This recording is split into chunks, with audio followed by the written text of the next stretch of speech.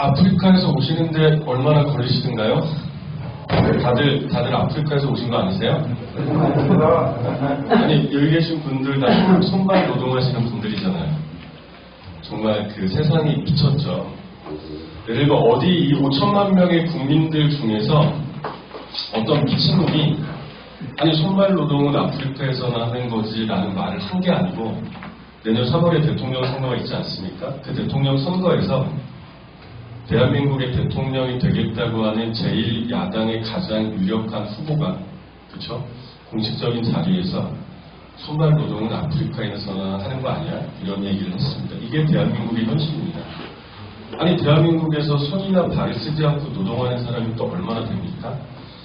사실 그러면 오늘 얘기는 다 끝난 거죠. 이거 바꾸지 않고 동지들 미친놈이 아니고 대통령에 나서겠다는 놈이 노동에 대해서 노동자들에 대해서 이렇게 천대하고 멸시하고 폄하하는 이 분위기를 바꾸지 않고 동지들 월급이 10,000원이 오른들 100,000원이 오른들 그게 뭐가 그렇게 중요하겠습니까? 우리한테만 해당되는 말이 아니잖아요. 우리 아이들에게도 우리야 뭐 지금 웬만큼 살았다고 치더라도 우리 아이들이 살아갈 세상에서도 손발노동은 아프리카에서나 하는 것이 이런 얘기 듣는 나라에서 살게 하면 안 되는 거잖아요. 사실 이게 다 끝났습니다. 정치 얘기. 그러니까 바꿔야죠. 그렇죠? 노동조합에서 임금만 올리는 데 집중하는 것이 아니라 우리의 고용 안정만 단단하게 만드는 데 집중하는 것이 아니라 이 사회를 바꾸지 않으면 임금이 10,000원이 오른들 100,000원이 오른들 바뀌는 게 없단 말이에요. 그렇죠? 엊그저께 그 서울 건설, 여러분과 똑같이 서울 건설노조 교육을 갔었는데요.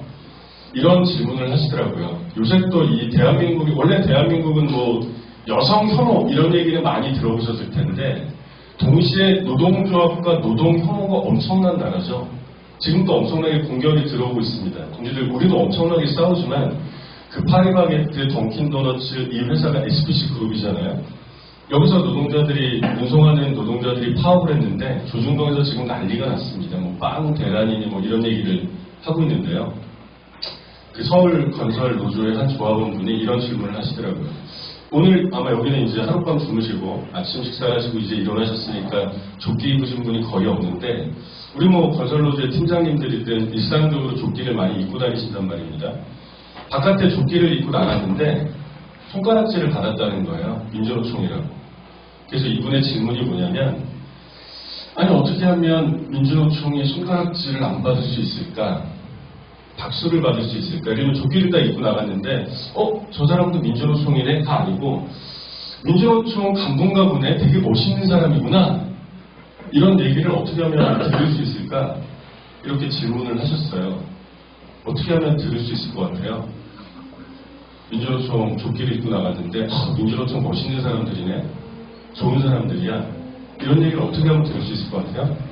조중동에서 기사를 잘 써주는 예, 조중동에서 기사를 잘 써주기를 바라는 것은 거의 뭐 이 옛날에 그 쓰레기통에서 장기가 피기를 바라는 것과 똑같은. 예를 들면 우리 간부님들이 오늘 일요일인데 이렇게 북한강 연수원에 모여가지고 교육 받는 대신에 여기 계신 동지들이 다들 아침에 가장 번화한 거리에 나가가지고 민주노총 조끼를 입고 빗자루 들고 청소를 하고 봉사를 하면 시민들이 민주노총 잘하는구나 이런 얘기 들을 수 있겠습니까? 그러면 이제 박수를 받을 수 있을 것 같아요? 예, 아니죠. 어떻게 하면 박수를 받을 수 있습니까? 세상을 바꿔야죠. 예. 동지들 우리가 착각하지 마셔야 되는 건 손가락질을 받거나 조중동에서 민주노총을 공격하는 이유는 우리가 뭘 잘못하고 있기 때문에 그런 게 아니라 이렇게 우리가 봉사활동을 좀 덜 했거나 또 다른 걸 잘못하고 있기 때문이 아니라 아직 우리 힘이 약하기 때문입니다. 착각하지 마세요. 조중동에서 강성노조니까 우리가 진짜 강성이라고 착각하시면 안 됩니다. 민주노총 조중률이 몇 프로예요? 노동자들 중에서. 다들 교육 받으셨잖아요. 16? 예? 16이요? 거기까지 갔어도 세상의 한 절반을 바뀌었을 것 같아요. 5%밖에 안 되잖아요. 예. 놀랍죠? 교육 안 하셨어요? 기억은 동지들 대한민국 얼마 전에 민주노총이 100만 넘었다고 좋아하셨잖아요. 대한민국의 인구가 5천만 명인데요. 공식적으로 노동자들을 2천만 명이라고 봅니다. 이 2천만 명 중에서 절반이 비정규직이라는 거 아닙니까? 1,000만 명이 비정규직이에요. 근데 민주노총이 100만 명 넘었다고 좋아했는데 2천만 명 중에 100만 명이 5%밖에 안 되잖아요.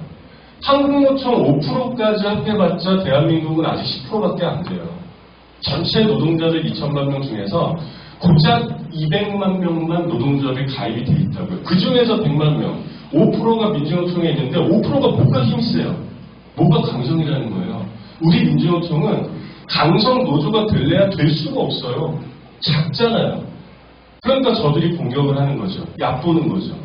우리가 손가락질을 받지 않을 수 있는 유일한 방법은 우리 힘이 커지는 겁니다. 저들이 우리를 무서워해야 돼요. 근데 쟤네가 무서워하는 건 뭐예요? 이 5%도 무서운데 우리가 10% 20% 조직률이 올라가면 정말로 사회가 바뀔 것 같으니까 지금 합심을 해가지고 5%에서 못 올라가게 밟고 있는 거죠. 여기서 우리가 봉사활동을 좀 더 해야 되겠다. 이게 아니죠. 뭘 해야 돼요? 투쟁을 더 해야 되고 노조 조직률을 더 늘려야 되는 겁니다. 그래서 우리가 힘이 세졌을 때 저들은 우리에게 손가락질을 할 수가 없는 거죠. 그래서 우리는 사실 뭘 배우는 겁니까? 이 교육에서 아침 8시에 정치 얘기도 배워야 되고 뭐 철학이든 경제든 우리가 배우는 거는요. 우리가 시간적으로 여유가 남아가지고 공부를 좀 해봐야 되겠다. 이게 아니죠. 우리는 늘 갈림길 앞에 서 있습니다. 어떤 갈림길이에요? 그냥 무릎 꿇고 살 거냐? 어떤 세상에서? 손발 노동은 아프리카에서나 하는 건데 여기에 그냥 무릎 꿇고 살 거냐? 내 임금 10만 원 정도 더 올려가지고 그냥 뭐 살지 뭐. 더러운 세상인 거 아는데 그렇죠? 그래도 그냥 우리 가족들 한 달에 한 번 삼겹살이나 먹고 그냥 살지 뭐 모른 척 이렇게 살 거냐 아니면 사회를 좀 더 바꿔볼 거냐 늘 이 갈림길에 서 있는 거죠. 여기 계신 동지들은 그래도 이놈의 사회는 좀 바꿔야 되지 않겠어? 이렇게 판단을 하셨으니까 노동조합을 가입하셨던 거고 노동조합에서 간부들을 하는 거고 그렇죠? 아니 대한민국에서 노동조합 간부하면서 온 가족의 지지를 받으면서 간부하는 사람이 어디 있습니까? 노조한다고 뭐가 바뀌어? 조합원이야 뭐 어쩔 수 없이 한다고 쳐도 앞에 나서시면 다들 그러시잖아요. 동네에서 집에서 그렇죠? 그래도 우리가 나서고 있는 이유는 뭔가 좀 바꿔보려고 하는 거죠. 그래서 모든 교육은요. 그게 역사가 됐든 정체가 됐든 철학이 됐든 경제가 됐든 모든 교육은요. 우리의 목적은 이기는 방법을 배우는 겁니다. 우리가 시간이 남아가지고 여기에 모여앉아가지고 무슨 EBS 다큐멘터리 막 이런 거 보는 게 아니고요. 우리가 어떻게 하면 이길 거냐. 우리가 이긴다는 게 뭐예요? 적어도 노동을 멸시하고 폄훼하고 손발노동을 아프리카에서 해야 된다는 이런 말도 안 되는 이야기를 하는 풍조를 일단 바꿔주는 거죠. 이게 이기는 거죠. 그 중에서 오늘은 우리가 이기려면 정치를 해야 되는 거 아니야?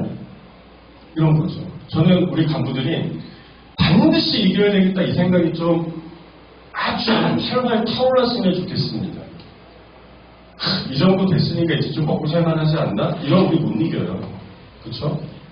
정말 한번 이겨봐야 되겠다. 민주노총 지금 니네 손가락질에 두고 봐라. 1년, 2년 있으면 100만 명이 200명, 300만 명 불어나가지고 니네 손가락질 함부로 못하게 하겠다. 이런 생각으로 좀 활활 타올라야. 그렇죠? 민주노총이 그렇게 타올라줘야 사회가 좀 바뀌지 않겠냐. 이런 생각을 좀 하면서 오늘 정치 이야기를 좀 드리겠습니다. 오랜만에 우리 경기건설 왔더니 또 존경하는 선배님들도 계시고 오늘 너무 쉽게 내용을 짠 게 아닌지 모르겠네요. 네.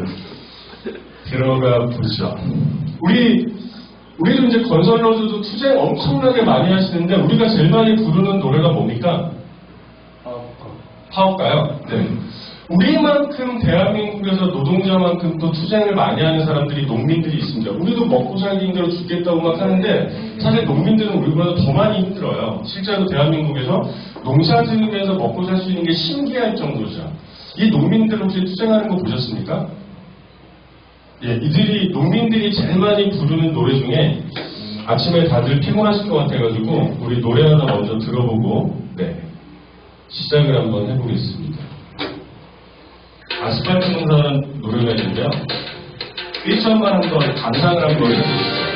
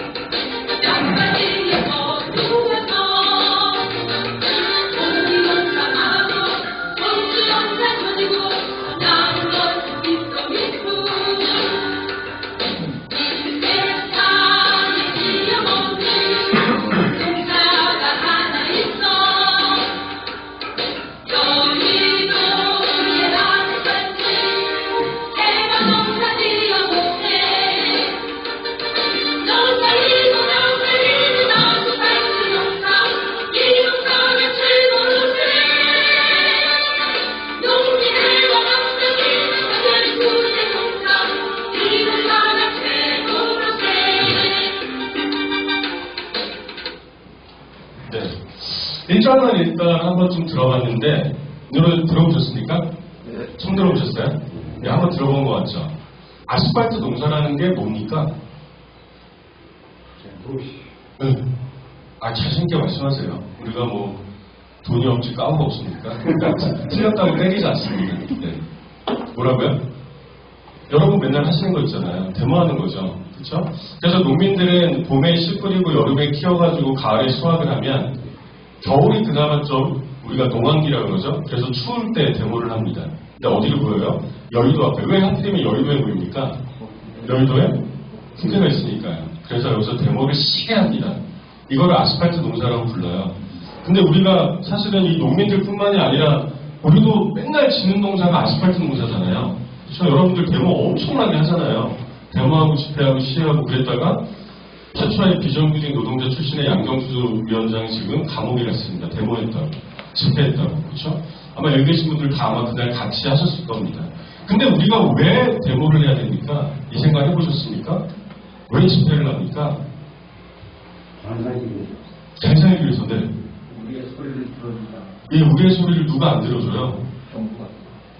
저는 되게 우리가 열받아야 된다고 생각합니다. 왜냐하면요, 우리가 데모를 하는 이유는 투쟁만이 살 길이다 이렇게 얘기를 많이 하지만 이 이면에는 뭐가 있냐면 이거밖에 할 수 있는 게 없어요. 그런 생각 해보셨어요? 저는 사실은 여러분 얼마 전에 그 국가방법 폐지하자고 10만 국민 동의청원 하셨죠? 네. 우리 조합원들한테 엄청 난리 해가지고. 근데 그 전에 뭐였냐면 작년에 전태일 3법 민주노총에서 법 만들자고 여러분 또 10만 동의청원 하셨죠? 예. 그래서 전태일 3법 만들어졌습니까? 아니 우리가 10만 동의청원 했는데 그거 어디 갔어요? 이게 문제예요. 우리 막 동의청원 하라고 할 때는 막 했는데 그 다음에 이거 어떻게 된 거야? 추적을 안 하네? 여러분 그거 어떻게 된 줄 아세요? 없어졌어요. 우리가요. 예를 들면 우리가 하는 투쟁의 구호 중에 대부분은 다 사회를 바꾸자고 하는 건데 이게 뭐랑 관련이 돼 있냐면 법이랑 관련이 돼 있습니다. 지금 언론에 나온 것 중에 건설노조와 관련한 법이 또 뭐가 있습니까? 건설안전특별법이 있어요. 법이잖아요. 그렇죠? 우리가 제일 많이 하는 구호 중에 비정규직 철폐 투쟁. 여러분 비정규직은 어떻게 철폐됩니까? 비정규직 법을 없애야 돼요. 비정규직 법이라는 게 있죠? 기억 안 나세요? 원래 대한민국에는 비정규직이라는 게 없었는데 언제? 그것도 김대중 대통령 때 IMF 터졌을 때 뭐가 생겼어요? 파견근로자법이라는 게 생겼잖아요. 비정규직 그러면 용역회사잖아요. 이 용역회사를 법적으로 만들어준 게 바로 근로자를 파견할 수 있게 해주는 법이었어요. 법이 생겨서 비정규직이 만들어진 거예요. 비정규직 철폐 투쟁 그러면 365일 길거리에서 데모한다고 비정규직이 없어지는 게 아니고요. 비정규직을 만들었던 법을 없애면 없어지는 거죠. 전태일 3법을 입법하자. 전태일 3법의 핵심이 뭡니까? 5인 미만 사업장에도 헌법에 나와 있는 노동자들의 권리를 보장할 수 있게 해주자. 이게 전태일 3법이잖아요. 중대재해기업처벌법. 특히 이건 우리랑도 관련이 많이 있죠. 건설 현장에서 사고 많이 일어나잖아요. 그 중대재해기업처벌법도 법이잖아요. 이걸 누가 만들어요? 국회에서 만들어요. 근데 황당한 거는요. 우리나라 국회의원이 몇 명 있습니까? 몇 명 있어요? 예, 300명이 있어요. 이 300명 중에서 10명만 동의하면요. 어렵지도 않습니다. 300명 중에서 10명만 동의하면 법안이 상정이 됩니다. 아주 간단하게 말하면 법이 만들어지는 것은 국회의원들이 법안을 상정하면 국회의원이 300명이니까 국회 본회의에서 300명 중에서 150명 이상이 찬성을 하면 그 법이 만들어지는 거예요.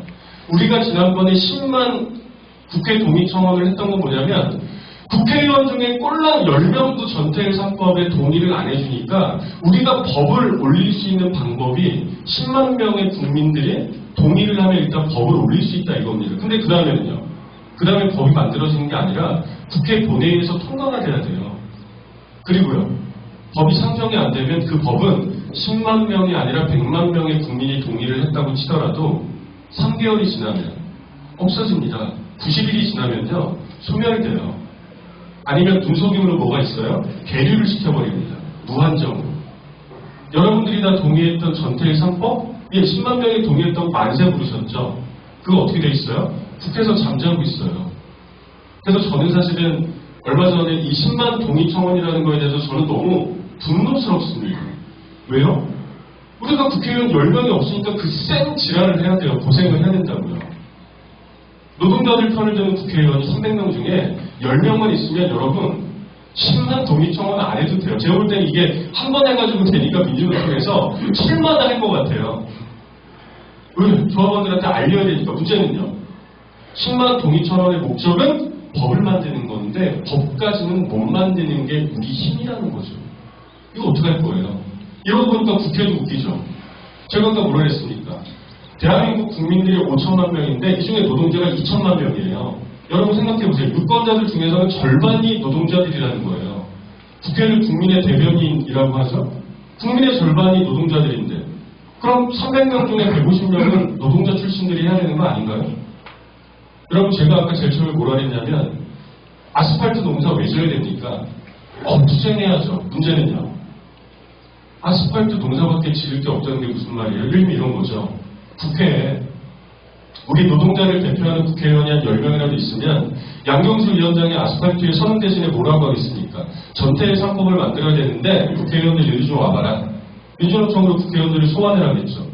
민주노총의 회의실에서 국회의원 10명을 앉혀놓고 이번에 전태의 3법이 필요해. 해야 될 것 같은데 누가 발의하시겠습니까? 중대재해기업처벌법이 누더기가 됐어. 이거 어떻게 해야 되겠습니까? 이렇게 하겠죠. 그렇죠? 데모 나가는 거 좋아하는 사람 없습니다. 모르는 사람들이 파업하면 놀고 좋겠다. 파업하면서 마음파는 노동자들 아무도 없습니다. 끝까지 교섭을 하다 안 되면 파업을 하는데 이 파업하면서 우리가 논다고 기분 좋은 노동자들이 없다는 거예요. 매일매일 365일 데모하러 나가면서 와 신난다 또 데모하는 이런 사람들 없다는 겁니다. 방법을 좀 바꿔봐야죠. 어떻게 해요? 실제로 될 수 있는 방법으로. 그래서 우리가 여러분들 다 놀러가고 싶어하는 내지는 이민 가고 싶어하는 북유럽에서는 어떻게 합니까? 북유럽이 우리가 이민 가고 싶은 이유는 복지가 잘 돼 있다면서요. 복지가 잘 돼 있는 이유는 뭐예요? 우리나라 국민들이요. 북유럽은 복지가 잘 돼 있어 다 알고 있습니다. 근데 그 다음에 북유럽은 왜 복지가 잘 돼 있습니까? 그러면 왜 그렇지? 거기는 대통령이 좀 착하나? 국회의원이 좀 착한가 우리나라보다? 아니죠. 북유럽에 스웨덴이나 노르웨이나 핀란드의 복지는 왜 잘 돼 있어요? 그게 떼는 게 많아요. 뭐라고요? 떼는 게 많아요. 세금을 많이 떼가지고요. 자기는 또 고민이 되죠. 세금을 많이 내고 복지를 얻을 것이냐 아니면. 근데 우리나라는 정부에 대한 불신이 정치에 대한 불신이 너무 크기 때문에 복지한다고 세금 더 내라고 하면 찬성할 국민들이 별로 없겠죠. 북유럽의 복지가 여러분 복지라고 하는 건 있잖아요. 노동자랑 뗄 수가 없어요. 원래 복지는요. 가장 어려운 사람들에게 힘이 되는 게 복지입니다. 이번에 코로나 사태가 2년 정도 되니까 다들 힘든 것 같죠? 천만의 말씀 만만의 품떡이죠. 삼성전자 주식은 더 올라가고 있어요. 삼성전자는 매일매일 사상 최대의 흑자를 내고 있대요. 여러분, 코로나에서도 힘든 건 우리밖에 안 힘들어요. 그렇죠? 그래서 복지는 뭐냐면 돈 많은 사람들에게 뭘 못해주는 게 복지가 아니라 가장 어려운 사람들한테 힘이 돼주는 게 복지인데요. 이 가장 어려운 사람들의 서민의 대부분이 노동자들이죠. 이 노동자들이 힘을 내려면 북유럽 국가들은 그냥 복지가 된 게 아니라 아까 우리가 노동자 조직률 몇 프로라 했어요? 대한민국은 민주노총에? 이제 까먹으시면 안 됩니다. 북유럽에서는요. 노동조합 조직률이 60%, 70%입니다. 이 얘기 뭐냐면 2천만 명의 노동자들 중에서 60%가 몇 만이에요? 1200만. 1300만 명 정도 되는 사람들이 다 우리로 따지면 민주노총에 가입이 돼 있어요. 어마무시하죠, 힘이. 조중동이 지금 5% 가지고 벌벌 떨고 있는데요. 우리가 만약에 60%, 70%, 그 다음에 뭐가 바뀌어요? 1300만 명이라는 노동자들이 조직이 돼 있으면요. 국회의원 대통령은 우리가 뽑습니다. 왜요? 사회 안에서 가장 거대한 집단이 돼요. 스웨덴이나 노르웨이나 핀란드의 국회의원이나 대통령들은 민주노총의 눈치를 보지 않고 당선이 안 된다는 겁니다. 그러면 민주노총에서 국회의원 300명 중에 150명을 뽑았어. 그럼 어떻게 하면 됩니까? 자, 이제 노동자들에게 유리한 법을 만들어. 라고 하면 되는 거죠. 이렇게 움직이자는 게 우리가 정치하자는 얘기입니다. 매일매일 365일 동안 팀장님들이 길바닥에 서서 아스팔트에서 농사 지면서 데모해가지고 안 바뀐다고요. 지금은 이거밖에 할 수가 없으니까 이렇게라도 싸워야죠. 근데 이렇게 해서 끝이 안 보여요. 제가 노동인권센터 소장이기 때문에 신규 노조를 만드는 교육을 많이 가는데요. 얼마나 무섭겠습니까? 떨리겠죠. 노동조합을 처음 만들었을 때. 왜냐하면 대한민국은 노동조합에 대한 이 탄압이 너무 심해가지고 좋은 조건에서 쉽게 노동조합을 만드는 사람은 없습니다. 얼마나 떨리겠어요? 물어보거든요. 우리 어떻게 하면 이길 수 있을까요? 매일 데모하면 이길 수 있을까요? 이런 거 물어봅니다. 우리도 지금 똑같은 거예요. 매일 365일 총궐기 하면 이제 10월 20일 날 여러분 총궐기 해야 되는데 민주노총 총파업하지 않습니까? 이 총파업을 365일 동안 하면 이깁니까? 우리가 실제로 힘을 만들 수 있는 정치에 대해서 거리를 두고 있는 이상, 관심이 없는 이상 바뀌지 않는다는 거죠. 근데 문제는 이거를 우리가 처음 생각한 게 아니라는 겁니다. 2021년도에 생각을 해보니까 우리가 정치를 해야 되겠네? 이렇게 생각한 게 아니고요. 우리는 이미 오래전에 이 생각을 하고 있었습니다. 근데 또 우리 민주노총 조합원들이 많이 까먹고 있더라고요. 그렇죠? 뭘 까먹고 있어요? 2000년도에 지금부터 20년 전에 대한민국에서 노동자들의 정당을 처음 만들었는데 이걸 누가 만들었는지를 까먹고 있더라고요. 그 당시에 정당이 지금은 진보당이지만 제가 사무총장 했을 때 민중당이었지만 그 전에 통합진보당이었지만 원래는 민주노동당이었습니다. 알고 계시죠? 예, 민주노동당 이름 다 들어봤을 거예요. 이 민주노동당을 누가 만들었어요? 이 네모 안에 들어갈 말이 뭡니까? 누가 만들었어요? 민주노총이 만들었어요. 근데 우리가 이거를 잘 몰라요. 아니 마치 정치 좋아하는 몇몇 사람들이 만든 것처럼 착각하고 있는데요. 우리가 민주노동당을 만들었다고요. 민주노총이요. 민주노총에서 최고 의사결정기구가 어디예요? 대의원대회예요. 대의원대회에서 결정을 했어요. 이제 민주노총이 정치해야 되겠다. 지금이랑 똑같은 상황을 겪었던 거예요. 그 얘기를 잠깐만 드려볼게요. 때는 언제로 거슬러 올라가냐면 1996년도 12월 달인데요. 이때는 김영삼 대통령 시절의 마지막이었습니다. 근데 그때나 지금이나 정치인들이 숭악스러워가지고 나쁜 짓을 정말 많이 하죠. 이때 뭘 했냐면 날치기를 했는데요. 정말 나쁜 놈들이죠. 12월 25일 크리스마스 날이잖아요. 크리스마스 날 새벽 오전 6시에 이 중에 국회의원들이 300명 중에 당시에 여당 의원이 154명, 과반이 넘었어요. 이게 뭐냐면 여당 의원들이 마음만 먹으면 무슨 나쁜 법이든 다 만들 수 있었는데 이래가지고 아주 간단하게 말씀드리면 노동법과 안기부법, 안기부법은 지금 국정원이죠. 노동법은 뭐냐면 노동자들의 권리를, 노동조합의 권리를 더 약화시키는, 안기부법은 뭐냐면 국정원의 권한을 더 강화시키는 이 두 가지 법을 가지고요. 이 여당 의원을 새벽 6시에 영등포 모처에 모이게 해가지고 이거 무슨 군사작전입니까? 버스에 태워가지고 피리릭 가서 국회도 아닙니다. 가가지고 땅땅땅 두드려가지고 날치기를 통과를 시켜요. 이때 민주노총의 위원장이 권영길이었습니다. 여러분 이름 들어보셨던 것처럼.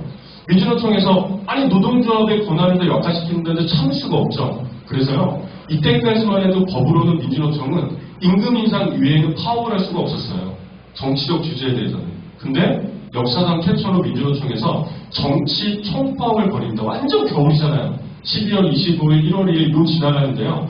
본부를 명동성당에 갖다 두고 농성을 하면서 전국적으로 노동자들이 총파업을 합니다. 더 중요한 건 뭡니까? 시민들이 박수를 쳐줬습니다. 이게 말이 돼? 날치기가? 그쵸? 이래가지고요. 사실 우리가 이긴 싸움은 많지가 않은데요. 이겼어요. 김영삼 대통령이 텔레비전에 나와가지고요. 우리가 한 달 넘게 싸웠거든요. 김영삼 대통령이 항복선언을 했어요. 뭐라고 항복을 했어요? 내가 잘못했다. 날치기 잘못했다. 다시 원상복귀시킬게. 그래서 노동법과 안기부법에 대한 날치기를 없던 걸로 했단 말이에요. 문제는요. 그래서 우리도 어떻게 했어요? 농성을 풀고 다 파업을 풀고 현업에 복귀했죠. 문제는요. 그 다음에 이 법을 재논의를 해야 되는데 법은 어디서 논의해요? 국회에서 논의하죠. 이 국회에 민주노총이 전국적으로 총파업을 해가지고 법을 물려놨는데 국회에 노동자 편을 드는 국회의원이 없었던 거예요. 그래서 아래 재료안이 어떻게 돼 있어요? 재논의를 해가지고 3월 10일 날 국회에서 여야 단일안이 만들어졌는데 이 단일안이 통과가 됐거든요. 근데 우리가 물러놓은 그 악법 거의 그대로 통과가 됐어요. 민주노총 뭐 한 거야? 40일 동안 총파업해가지고 이겨가지고 좋아했는데 문제는 법을 만드는 국회에 우리 편이 없다 보니까 이 300명 중에 민주노총의 노동자들의 마음을 이해하는 민주노총의 노동자들을 대표하는 국회의원이 없다 보니까 거리에서는 이겼는데 다시 되돌아갔단 말이죠. 그래서 이때 노동법 안개법이요. 날치기가 아니라 여야 합의로 다시 통과가 됐어요. 근데 그 전에 날치기 했던 법이랑 크게 다르지가 않았어요. 그렇다고 우리 또 총파업할 수 있어요? 우리가 총파업을 한번 하려면 우리는 무거운 조직입니다. 전국에 있는 노동자들이 한꺼번에 어떻게 야 오늘 파업하자 그래서 파업할 수 있는 게 아니잖아요. 다시 총파업을 하기는 어려웠죠. 대신에 민주노총에서 뭘 깨달았어요? 1년 365일 거리에서 데모만 한다고 우리가 이기는 건 아니구나 라고 생각을 해서 대의원대회를 소집을 합니다. 그래서 대의원대에서 어떻게 합니까? 안 되겠다. 우리가 거리에서 이겼는데 국회에서 졌어. 국회를 들어가야 되겠네? 민주노총이 정치하자. 우리가 정당 만들자. 라고 해서 만든 정당이 바로 민주노동당인데요. 이때가 몇 년도예요? 이때가 96년, 97년도예요. 민주노동당은 언제 만들어졌다고요? 2000년도예요. 우리 노동자들이 그렇게 꼼꼼하고 친밀합니다. 무슨 얘기냐면 민주노총 대의원대에서 정당 만들자고 결정을 딱 했다고 해서 그 다음날 정당을 만든 게 아니라 2년, 3년에 걸쳐서 굉장히 많은 고민과 노력들을 기울여서 2000년이 되었을 때 민주노동당이라는 당을 처음으로 만들죠. 그래서 사실은 1997년도에도 대통령 선거가 있었잖아요. 이때 권영길 위원장이 민주노총 위원장으로서 처음 대통령 선거에 출마하죠. 근데 이때는 민주노동당을 아직 만들기 전이었기 때문에 이름이 뭐였어요? 진보정당 건설을 준비하는 국민승리 21이라는 이름으로 97년도에 일단 대통령 선거를 출마를 하고 98년, 99년, 2년, 3년에 걸쳐서 민주노총 혼자서만 만들 수는 없잖아요. 농민들도 만나고 청년들도 만나고 시민사회단체들을 만나가지고 2000년도에 드디어 민주노동당을 만들죠. 우리가 2000년도에 민주노동당을 만들고 나서 처음으로 국회의원을 만들어낸 게 딱 4년 걸렸습니다. 2004년도에 국회의원들을 몇 명을? 10명을 당선을 시켜요. 이게 그 사진입니다. 당시에 노동자들을 대표할 수 있는 국회의원 10명이 처음으로 대한민국 국회에 들어갔던 사진인데요. 이 국회의원 10명은 지금도 우리가 지역구는 어렵잖아요. 지역구 2명, 비례 8명 이렇게 당선을 시켰거든요. 그때 그 비례 1번이 여러분도 우리가 아주 그 작은 진보정당인 것 같지만 우리가 대한민국 정치에 얼마나 큰 변화를 만들어냈냐면 지금도 대한민국 정치에서 여성들은 굉장히 적습니다. 엄청나게 늘어나는데 아직 20%가 안 돼요. 국회에서.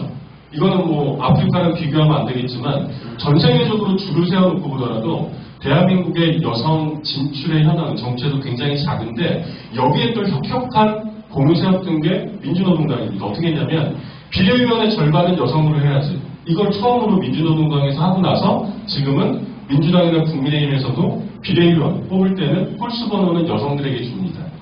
이해되시죠? 그래서 그때 우리 8명 중에서 비례 1번으로 됐던 사람이 바로 지금 정의당의 심상정 의원이에요. 비례 1번. 당시에 금성노조의 사업처장이었죠. 그리고 비례 8번. 마지막 문 닫고 들어간 사람이 정의당의 노회찬, 고 노회찬 의원이었죠. 이런 사람들이 들어갔는데요. 이 당시에 굉장히 재미있는 게 아니라 열받는 일화가 있었죠. 우리가 만들었던 이 10명의 국회의원 중에서는 권영길 씨는 민주노총 위원장이었지만 사실은 서울대 출신이었습니다. 언론 기자 출신이었죠. 언론노조 위원장을 하면서 민주노총에 들어갔는데 우리가 만들었던 8명의 비례의원들 중에서 단병호 민주노총 위원장이 있었어요. 이름 들어보셨습니까? 이 단병호 의원은요. 고졸 출신입니다. 고등학교 졸업하고 바로 현장에 들어가서 금속노조에서 일하면서 민주노총 간부가 되고 위원장까지 됐고요. 여러분 또 그 사람도 기억나시죠? 이 도포자락 입고 수염 허옇게 길렀던 강기가 국회의원이었는데 이분은 농사 짓던 사람입니다. 이 사람들이 다 이때 당선이 됐는데 국회 정문을 통과해가지고 10명이 본청까지 쫙 걸어가는데요. 옆에 그때는 당 이름이 또 달랐겠지만 지금으로 치면 국민의힘이나 민주당 의원들이 뭐라고 비아냥거렸는지 아십니까? 국회 수준이 정말 땅바닥에 떨어졌구만. 고졸 출신이랑 내가 저 무식한 이 노동자들이랑 우리가 말을 섞어야 되나? 실제로 이렇게 얘기 있습니다. 농사 짓던 애들이랑 쟤네가 법을 알아? 지들이 뭘 한다 국회에서 법을 논의해야 되는데, 그쵸? 그 전까지는요, 국회의원 한다 그러면 어디 유럽이나 미국에 유학이라도 갔다 와서 석박사 학위라도 따고 집에 돈도 좀 있고 이런 놈들만 국회에 모였었는데, 저런 무지랭이들이랑 우리가 말을 섞어야 되나? 대한민국 국회가 수준이 땅바닥에 떨어졌구만. 이게 그 당시에 국회 수준이었고요, 거꾸로. 근데 이게 지금 많이 바뀌었습니까? 문제는요, 그들만 그런 생각을 하는 게 아니라 우리 내에도 그런 생각이 있다고요. 우리가 무슨 정치를 해. 그렇죠? 그놈들한테 나쁜 놈들이라고 손가락질만 할 게 아니라 우리들도요. 우리가 무슨 정치를 해. 아는 것도 없는데 이게 우리 내에도 있다고요. 근데 이걸 우리가 스스로 생각한 게 아니라 그놈들이 우리한테 세뇌를 시킨 거죠. 니네는 정치 못해. 그러다 보니까 우리가 지금 여기까지 노조까지 만들었는데 니네는 정치 못해. 이 속에 우리도 갇혀 있는 거죠. 우리는 지금 그 싸움을 하고 있는 겁니다. 우리가 할 수 있어. 우리가 왜 못해? 이런 싸움을 하고 있는 거죠. 세상에서 가장 무서운 사람은요, 자기의 힘을 아는 사람입니다. 세상에서 가장 우스운 사람은요, 자기가 어떤 힘을 갖고 있는지 모르는 사람들이죠. 아까 제가 처음에 이기는 법에 대해서 우리는 고민해야 된다고 하지 않았습니까? 지금까지 우리가 세뇌를 받았던 건 뭡니까? 노동자는 못 이겨. 노동자가 어떻게 이겨? 이런 세뇌를 받아왔어요. 스스로 못 이긴다고 생각하는 노동자는 늘 손가락질만 당하게 되겠죠. 대신에 우리가 이길 수 있어. 우리가 왜 못 이겨? 라고 하는 노동자들은 이길 수 있겠죠. 우리는 사실은 그 싸움을 하고 있는 거죠. 그래서 이게 어떻게 갔습니까? 지금 진보당으로까지 왔는데 중간에 박근혜 독재정권 시절을 거치면서 또 박살이 한번 났었죠. 또 우리 노동자들이 얼마나 착한 줄 아십니까? 통합진보당이 딱 박살났을 때 나쁜 건 박근혜지만 통합진보당도 뭔가 잘못하지 않았을까? 이런 생각들을 또 다들 하시더라고요. 여러분 생각해보세요. 회사에서 노동조합을 탄압하는데 우리가 뭘 잘못해서 탄압합니까? 그들은요, 노동조합이라는 존재 자체가 싫은 거예요. 우리가 뭘 잘못해서 탄압하는 게 아니라. 제가 아까 그랬죠. 민주노총 손가락질이 아니라 박수 받으려면 어떻게 해야 돼? 봉사활동으로 박수 못 받아요. 우리가 힘이 커지는 것밖에는 방법이 없다고요. 당도 마찬가지입니다. 진보당이 뭔가 그래도 빌미를 주지 않았을까? 우리가 줬던 유일한 빌미는 뭡니까? 노동자도 정치하겠다는 그 욕심 하나밖에 없었죠. 그렇죠? 저들은요, 노동자들이 주축이 된 정당 자체가 눈에 따신 겁니다. 이들이랑 같이 하고 싶지 않은 거죠. 저들에게 빌미를 주지 않으려면 무릎을 꿇으면 되죠. 정치 안 하지 뭐. 그렇죠? 그냥 이대로 살지 뭐. 이러면 빌미 줄 일이 없습니다. 근데 노동자들이 하루하루 땀 흘려 일하는 것처럼 정당한 대가를 받아야 되지 않나? 이게 빌미인 거죠. 니들이 뭔데 정당한 대가를 원해? 이런 거죠. 정치는 사실 이 싸움입니다. 박근혜 때 통합진보당이 깨졌던 것도 박근혜가 강제로 해산시켰던 이유도 뭡니까? 저들이 이기려고 하는 욕심을 가지고 있었다는 그 이유 한 가지인 거죠. 그래서 우리는 어떻게 했습니까? 다시 바로 당을 만들었습니다. 그게 진보당까지 왔던 거죠. 저는 사실은 딱 11년 전에 2010년도에 처음 출마를 해가지고요. 제가 지난번에 내년에도 지방선거가 있습니다만은 지난번 지방선거 때 제가 민중당 경기도지사로 출마했었잖아요. 지금까지 총 7번을 출마했는데요. 딱 11년 동안. 2년에 한 번꼴도 아닙니다. 대한민국에 선거가 이렇게 많아요. 저한테 누군가가 물어보더라고요. 힘들지 않아? 진보당, 진보정치 힘들 텐데. 저는 노동자들을 만나면 거꾸로 물어봅니다. 노동조합 하는 거 힘들지 않으세요? 여러분들 이 건설노조도 마찬가지인데 여러분들 지금 건설노조 단단하잖아요. 그렇죠? 이 건설노조도 한 번에 만든 노조가 아니잖아요. 이 단단해지기 전에 여러분 건설노조 역사에 대해서 얘기를 들어보면 10년 전, 20년 전, 30년 전, 40년 전에도 건설 노동자들 내에서 노조를 만들려는 노력은 끊임없이 있었는데 끊임없이 깨졌습니다. 우리 그런 기억 잊고 있어요. 대한민국에서 정당이 아니고요. 노동조합 만드는데 한 번은 후루룩 만들어가지고 성공한 노조 없습니다. 끊임없이 깨지고 깨질 때 또 그냥 깨집니까? 주동자는 해고당하죠. 블랙리스트 올라가죠. 다른 데도 취업 못하게 하죠. 이런 어려움들을 겪으면서 우리는 끊임없이 노조를 만들어서 지금까지 왔죠. 한 번 깨졌어? 또 만듭니다. 두 번 깨졌어? 또 만듭니다. 이유가 뭐예요? 노동자들에게는 노동조합 말고는 우회로가 없어요. 무릎을 꿇지 않으려면 노동조합 만드는 거 말고는 다른 방법이 없다고요. 아까 제가 그랬죠. 저한테 그런 질문을 던지셨다고? 진보정치 힘들지 않아? 민주당이라도 좀 들어가지. 저의 답변은 뭡니까? 진보당 말고는 우회로가 없어요. 우리가 이기려면. 당이 박근혜 때 한번 깨졌어. 그럼 이제 좀 쉬지. 힘든데. 여러분, 우리는 어렵다고 노동조합 만드는 길에서 뒤로 가지 않습니다. 이길 때까지 하는 거죠. 당도 마찬가지입니다. 정치도 마찬가지입니다. 한 번 깨졌어? 그럼 더 단단한 당을 만들어야죠. 그래서 대단한 게 뭡니까? 지금 여러분들이 속해 있는 진보당이요. 훨씬 더 단단해졌어요. 근데 이것도 모르시는 분들이 많더라고요. 예전에 통합진보당 때보다 지금 진보당이 훨씬 더 단단해졌어요. 추측을 한번 들어볼까요? 대한민국에서 역사상 진보당에 노동자들이 속해 있는 진보당의 당원이 제일 많았을 때가 강제로 해산당하기 직전에 통합진보당이었거든요. 그때 10만 명의 당원이라고 했었습니다. 지금 진보당 8만 명 당원입니다. 예전에 최전성기에 올라갔던 당원들의 숫자만큼 올라갔는데 더 흥미로운 사실은 당시에 10만 명의 당원들 중에서 당비례는 당원이 3만 명밖에 안 됐습니다. 막 확장하는 가운데 당비를 안 내는 유령 당원도 실제로 많이 있었어요. 이름만 올려도. 근데 지금 8만 명의 진보당 당원들 중에서 노동자 당원들이 대부분이신데요. 당비 내는 사람들이 4만 명을 넘었습니다. 여러분, 우리가 어렵다고 생각하지 마십시오. 어려운 과정을 거쳐서 훨씬 더 크게 단단하게 앞으로 나아가고 있는 중이라는 거죠. 다행이네요. 이게 바로 제가 노동조합에서 지금도 제가 이제 화성 노동인권센터 소장이라고 했는데요. 화성에는 기아자동차 공장이 있잖아요. 기아자동차 공장은 민주노총 내에서도 굉장히 역사가 오래된 노조입니다. 민주노총 위원장도 많이 배출을 했습니다. 그러니 노조 내에서 얼마나 많은 교육을 했겠어요. 근데 지금도 들어가면 이 얘기 또 합니다. 노동조합에서 정치 얘기 좀 안 했으면 좋겠어. 이 얘기는 뭡니까? 이기지 말자는 얘기죠. 제가 지금까지 드렸던 말씀이 우리가 노동조합에서 정치를 이야기해야 되는 이유인 거죠. 비정규직 철폐 투쟁 매일매일 외치고 있는데 정말 철폐시키고 싶으십니까? 건설안전특별법을 쟁취하자. 정말 쟁취하고 싶으십니까? 그러면 구호를 외치는 것만으로 되는 게 아니고 우리가 직접 정치를 해야지 가능한 얘기라는 겁니다. 그렇죠? 우리가 노동조합에서 정치를 얘기해야 되는 이유. 우리 팀장님은 왜 자꾸 진보당 가입서를 들이미는 거야 정말. 매번 만날 때마다 부담스럽게. 그렇죠? 이게 들이미는 이유입니다. 건설노조는 이기고 싶은 욕심이 있고 욕망이 있기 때문에 그러는 거죠.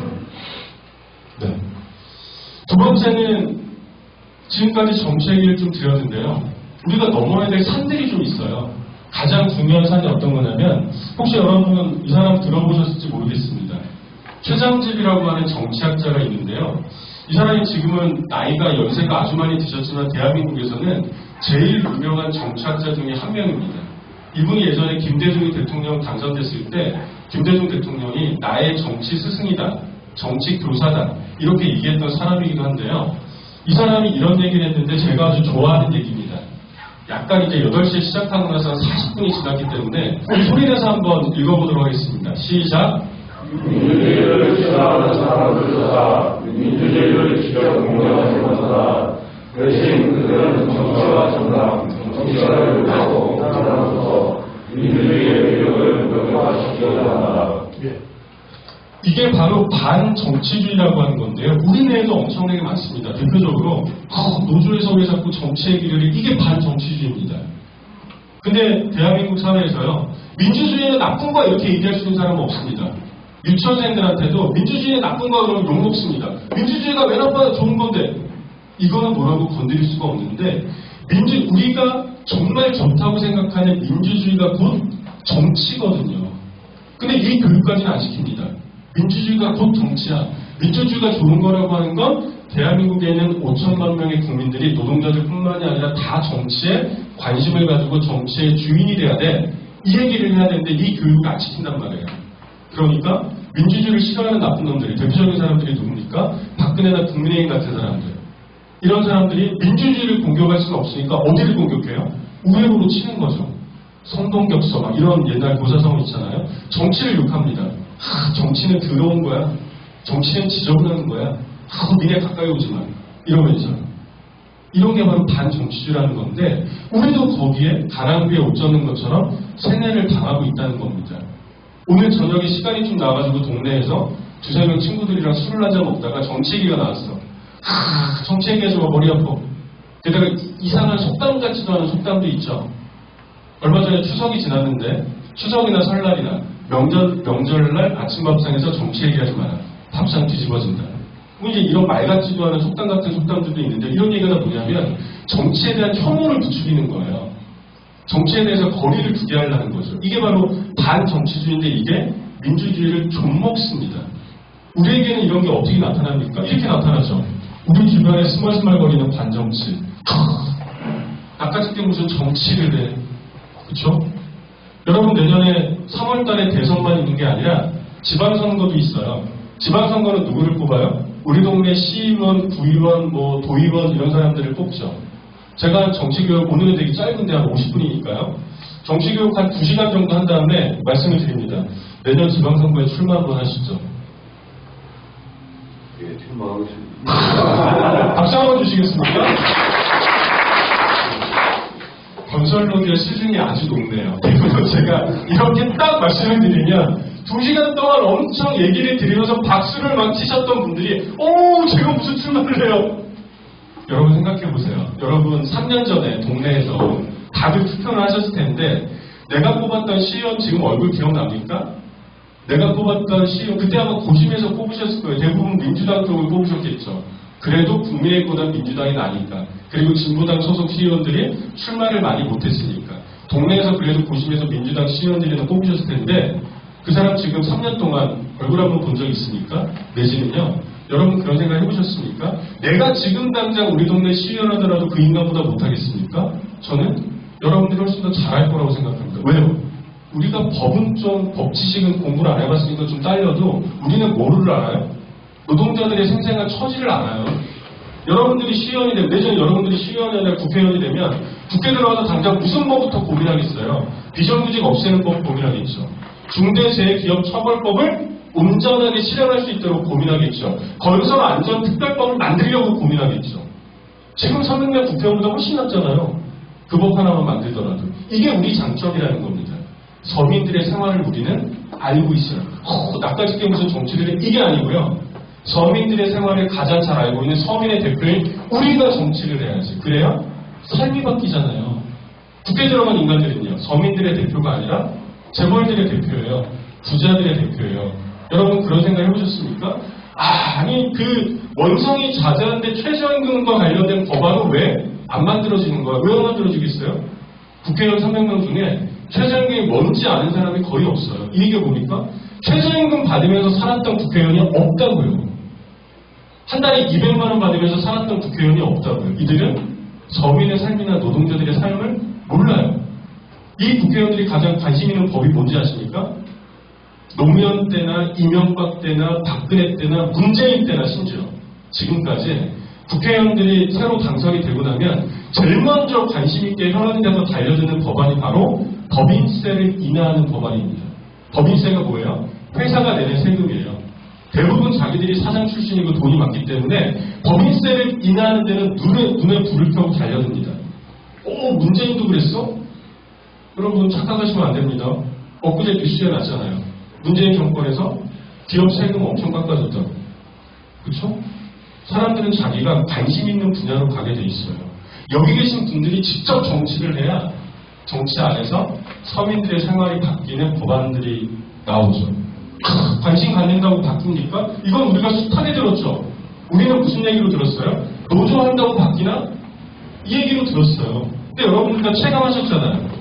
노조하니까 바뀌잖아요. 바뀌었죠? 안 바뀌었습니까? 예, 안 바뀌었으면 우리 노조할 필요 없습니다. 정치도 똑같습니다. 노조에서 바뀐 것처럼 정치하면 바뀌죠. 그놈이 그놈이지 뭐 다 똑같은 거 아니야? 이거는 제가 7번이나 선거에 출마했기 때문에 제일 많이 들었던 말인데요. 요즘에선 그렇게 얘기합니다. 아니 1번이랑 2번이랑 다 찍어보셨잖아요. 그놈은 그놈이지. 근데 나는 안 찍어봤잖아. 그쵸? 1번이랑 2번은 그놈이 그놈입니다. 맞아요. 근데 우리는 다른 놈들이란 말이에요. 거기 양쪽 찍어봤으니까 이제 우리도 한번 찍어봐야지. 그쵸? 그놈이 그놈이니까. 우린 그렇게 얘기합니다. 진보당 찍는다고 되나요? 여러분 이게 진짜 재미난 건데요. 대한민국에서 가장 부자였던 사람이 이건희 삼성전자 회장이었는데 이 사람이 죽기 전에 작년에 죽었잖아요. 죽은 게 아니라 사망신고를 한 거죠. 5년 전에 죽었는데 승계가 안 돼가지고 사망신고조차 못했다가 작년에 사망신고를 했는데 사망신고하기 직전까지 이건희는 주식 배당금 1위였는데요. 얼마씩 받아간 줄 아세요? 우리가 지금 최저임금 때문에 월급이 200이냐 220이냐 최저임금을 10원을 올리냐 100원을 올리냐 이 고민을 하고 있는데요. 이건희는요. 식물인간인 상태로 5년 동안 받아갔던 주식 배당금이 월급으로 따지면요. 400억 원이에요. 400억 원이요. 이거 좀 켜주실래요? 이거 비밀번호 넣어야 돼요. 여러분 400억 원이면 이게 상상이나 되십니까? 월급이? 400억 원이면요. 하루에 10억씩 쓰세요. 하루에 10억씩 쓰면 한 달이면 얼마 쓸 수 있어요? 300. 네, 계산 빠르시네요. 300억을 쓰거든요. 그리고 나서 얼마가 남아요? 100억이 남아요. 여러분들이 하루에 10억씩 쓰고 나서 한 달에 100억을 저축할 수 있는 돈이 400억 원이에요. 걔네는 그런 돈들을 긁어놓고 있단 말이에요. 근데 투표할 때는 그 이건희도 빚밖에 없는 나도 1인 1표입니다. 누가 유리해요? 노동자들이 유리하죠. 어떤 노동자들이? 우리의 힘을 알고 있는 노동자들이 유리하죠. 진보당 찍는다고 되나요? 찍으면 되죠. 문제는요. 안 찍으니까 안 되죠. 너무 당연하잖아요. 그렇죠? 우리 노동자들이 찍으면 된다는 얘기입니다. 자, 그래서 지금 특히 중요한 과제는 뭐냐면요. 우리는 그런 건 잘 알고 있습니다. 여러분 건설노조에서 파업 지침을 딱 때렸어요. 논의를 해가지고. 근데 만약에 이렇게 가정해봅시다. 우리 사업장에 조합원이 1000명이야. 근데 1000명 중에 500명만 파업을 하고 500명은 파업을 안 했다. 그럼 어떻게 될 것 같습니까? 그 노조는 망하는 거예요. 회사에서도 얕보겠죠. 우습게 보겠죠. 니네가 무슨 노조야. 파업을 한다 그랬는데 500명 그냥 나오네. 그래서 우리는 체질적으로 뭐를 알고 있냐면 파업을 할 때는 함께 해야 돼.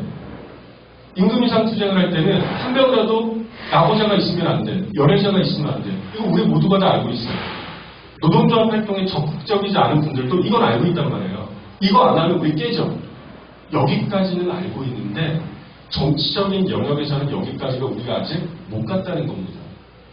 작년에 총선했을 때 민주노총 방침이 있었거든요. 민주노총의 방침 기억나십니까?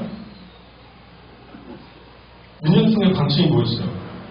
진보정당이 여러 개여가지고 좀 아쉽긴 합니다만은 민주노총의 방침은 비례후보 투표에서 비례정당은 5개 진보정당을 지지하는 거였어요.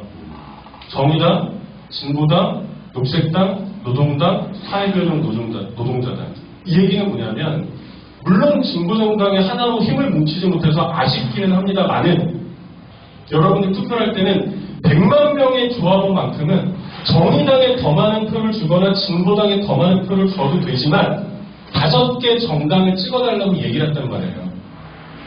근데 100만 명의 민주노총 조합원들은요. 제가 조사를 해보진 않았지만 60% 70%는 민주당 찍었을걸요. 지금까지 민주노총 30년 동안 단 한 번도 민주당을 지지하자는 얘기는 해본 적이 없습니다. 이 얘기는 뭡니까? 정치적인 영역에서 우리의 단결력은 사라지고 없어요. 이건 마치 뭐랑 똑같냐면 파업하자고 했는데 1000명의 조합원 중에서 700명은 파업을 안 하는 거랑 똑같아요. 그럼 그 노조 망한다니까요.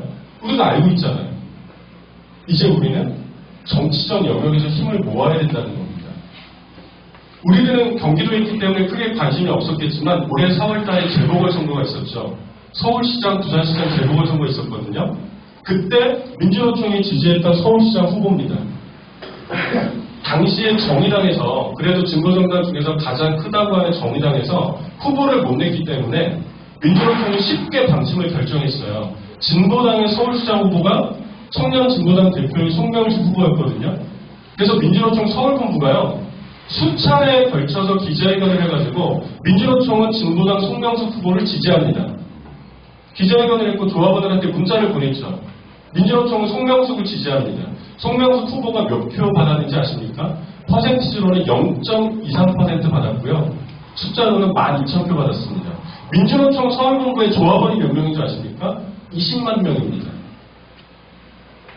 송명숙을 찍었던 12,000표가 다 민주노총 조합원이라고 하더라도 20명 중에 19명은 민주노총의 방침을 따르지 않았던 거죠. 우린 그럼 망하는 겁니다. 파업할 때 조합원이 20명 중에 19명이 파업에 동참을 안 했어. 그 노조는 이미 망한 겁니다. 망한 노조한테 회사가 관심이나 신경이나 씁니까? 여러분 그런 생각하죠. 민주당이 민주노총을 왜 이렇게 무시할까? 이유는 하나죠. 무시해도 민주당 찍을 거니까요. 민주당은 그걸 알고 있습니다. 그래도 니네가 국민의힘 찍겠냐? 조합원들 민주당 찍겠지? 이걸로 민주노총 무시하는 거죠. 민주노총이 100만 명의 표의 힘을 가지고 있으면, 이거를 100만 명의 표를 단일하게 단결을 해서 행사할 수 있으면 민주당은 절대로 무시 못합니다. 왜요? 100만 표면요, 대선에서 3%예요. 우리는 지금까지 진보정당 역사 속에서 대선에서 3%면은 잘했다고 생각했어요. 민주노총은 그 힘을 갖고 있다고요. 조합원이 100만 명이잖아요. 문제는요, 이 100만 명의 표심을 하나로 아직 모으고 있지를 못해요. 이게 우리가 넘어야 될 가장 중요한 산입니다. 여러분들 뭐 학비노조나 다른 데나 뭐 신경 쓸 필요 없이 일단 어디서부터? 건설노조 안에서부터 민주노총의 방침대로 정치적으로 단일한 행보를 취하는 연습을 해주셔야 돼요. 파업할 때만 파업가 부르면서 단일한 행보가 중요한 게 아닙니다. 우리가 제일 많이 외치는 구호 중에 단결 투쟁 있잖아요. 왜요? 노동자들은 단결하지 않으면 완전 아무 힘이 없으니까요. 노조로 단결했을 때만 우리는 힘이 있으니까 이제 노조로 뭉친 힘을 정치적으로 보여줘야 된다. 우리는 그런 고민을 해야 되는 거죠. 내년의 대선과 지방선거에서 민주노총의 힘을, 우리 건설노조의 힘을 어떻게 하나로 모아서 민주노총의 조직적 방침대로, 정치적 방침대로 힘을 단단하게 결집시켜 줄 거냐, 이 고민들을 해야지 우리는 이길 수 있다는 겁니다. 마지막으로 이 얘기만 드리고 이제 정리를 하겠습니다. 여러분, 그루밍이라는 말 들어보셨죠? 이 그루밍이 무슨 뜻입니까? 어디서 우리 이 얘기 많이 들어봤냐면, 여성들 성폭력 문제 나타날 때 이 얘기 많이 들었는데, 그루밍이 뭐냐면 길들이는 거예요. 세뇌를 시키는 겁니다. 가장 대표적인 그루밍 성범죄가 어디서 일어나요? 교회에서 일어나죠. 누가? 목사가 신도들을 대상으로, 그렇죠? 머릿속으로 세뇌를 시키는 거예요. 근데 우리는 정치적으로도 지난 수십 년간 그루밍을 당해왔죠. 그게 뭡니까? 그래도 국민의힘보다는 민주당이 낫겠지? 이런 끊임없는 세뇌를 당해왔어요. 그래도 국민의힘보다는 민주당이 낫겠지. 그래서 우리 조합원들의 대부분이 여전히 좋은 마음으로 민주당을 찍는다는 말이에요. 근데 제가 그 중에서도 또 훌륭한 대통령이라고 하는 문재인 때 얘기를 잠깐 드려볼게요. 심지어 그런 말도 있더라고. 문재인 보유고. 제가 뭐 기가 막혀가지고 할 말이 없는데, 이런 거죠. 첫 번째, 최저임금. 문재인이 대통령이 당선될 때 4년 전에 문재인의 공약이 뭐였습니까? 최저임금 시급 1만 원이 있었어요. 더 황당한 거는 그때 문재인뿐만이 아니라 당시 국민의힘 대선 후보였던 홍준표도 최저임금 1만 원이 홍준표의 공약이었어요. 대선 후보에 출마한 모든 인간들이, 모든 후보가 다 최저임금 시급 1만 원 한다고 했는데, 내년에 문재인 임기 끝납니다. 올해 4년 차죠? 시급 1만 원 됐습니까? 내년 시급 정해졌어요. 아직 안 됐어요. 물가가 계속 올랐죠. 4년 전에 시급 1만 원이면 물가 오른 걸 계산해 보면 내년에 시급이 12,000원, 13,000원, 14,000원은 돼야 돼요. 그래도 9,000원 얼마에 머물러 있습니다. 뭐가 바뀌었어요? 아니, 민주당이라면 뭔가 좀 다르다면서요. 우리 실생활에 뭐가 바뀌었느냐는 거예요. 두 번째도 볼까요? 부동산. 여러분, 지금 대한민국의 가장 커다란 문제가 부동산이죠. 사람들이 아마 내년 대선에서도 부동산이 가장 큰 이슈가 될 거라고 생각하고 있습니다.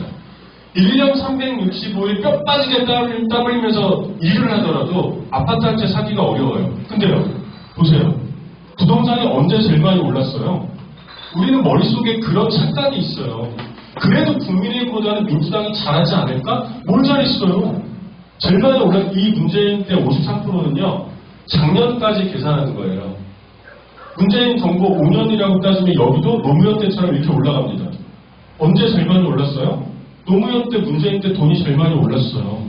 정부별 집권기간에 서울 아파트 가격 상승해 보세요. 노무현 때, 문재인 때 제일 많이 올랐어요. 뭐가 다르다는 거예요, 도대체? 우리 서민들의 생활에 민주당이 그래도 좀 낫겠지. 뭐가 낫다라는 겁니까? 세 번째 볼까요? 우리가 촛불혁명 때 촛불을 들었을 때 우리는 무슨 생각이 있었어요? 남북관계가 좀 좋아지면 국방비를 좀 줄여서 어디에? 복지비로 좀 쓰면 되겠네. 대한민국이 돈은 어마무지하게 버는데요. 전 세계에서 국방비 비율이 제일 높아요. 무지막지하게. 근데요.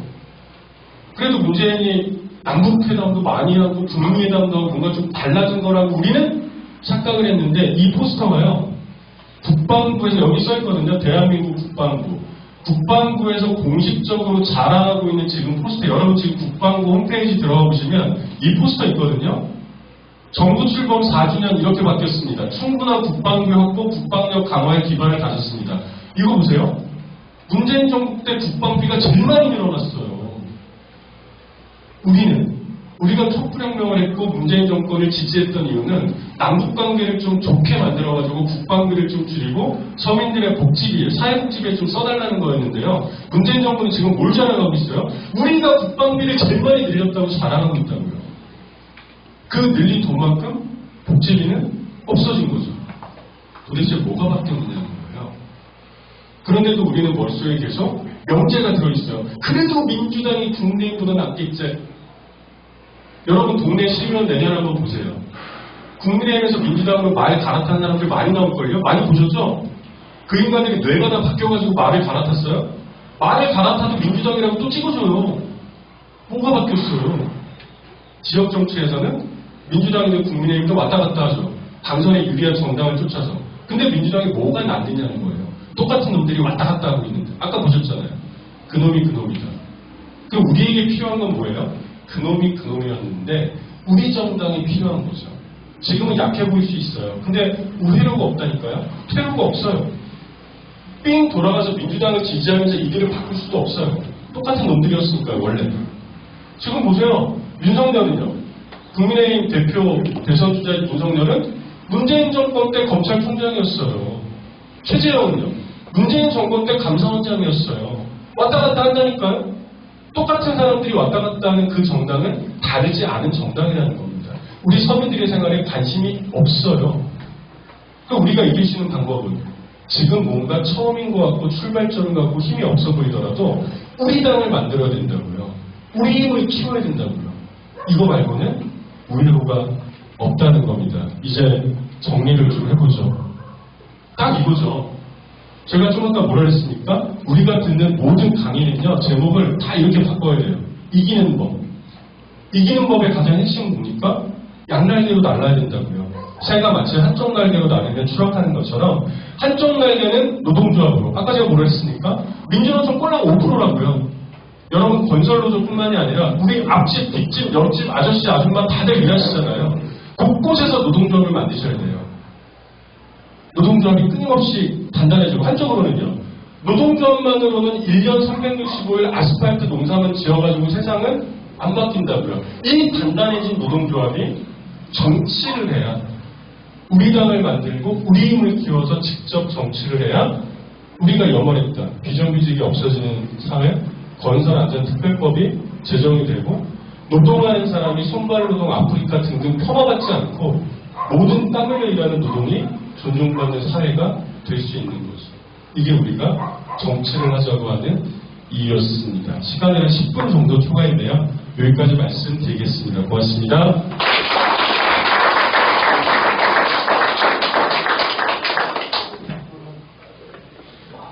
네, 질문 있으시면 질문하시면 될 것 같습니다.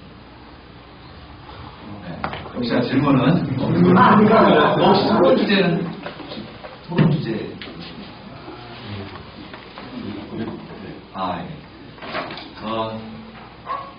재밌었죠? 네. 강의가 아주 귀에 쏙쏙 들어왔던 좋은 강의였던 것 같습니다. 인사의 강의를 해주신 우리 홍성규 강사님께 힘찬 박수 부탁드립니다.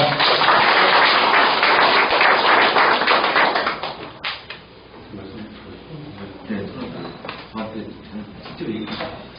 예, 토론 주제는 두 가지인데요. 하나는 뭐냐면 아까 중간에 반정치주의 기억나시죠? 네. 예, 우리 주변에 스멀스멀거리는 노동자들이 무슨 정치를 한다고 바뀌나 등등 우리 주변의 반정치주의는 대표적인 게 어떤 것들이 있고 그거를 바꿔내려면 어떤 고민을 해야 될까? 이게 첫 번째 주제고요. 두 번째는 제가 우리 정당, 우리 정치를 해야 된다고 말씀을 드렸잖아요. 그게 현재로서는 진보당인데요. 이 진보당, 최근에 보면 진보당이 집권하자 이런 얘기를 많이 하고 있습니다. 아마 토론해 보신 적 있을지 모르겠는데 지금은 국회의원 한 명도 없는 이 진보당이 사실은 진보당은 10년 이내에 집권을 한번 해보자 이런 목표를 가지고 지금 토론을 하고 있는데 진보당의 집권은 가능한가? 진보당의 집권을 위해서 건설노조가 할 수 있는 일들은 무엇인가? 이게 두 번째 주제입니다. 네, 잘 기억하셨다가 토론은 두 번째 강의까지 마치고 같이 합쳐서 본인 토론하려고 하고요. 지금 시간이 9시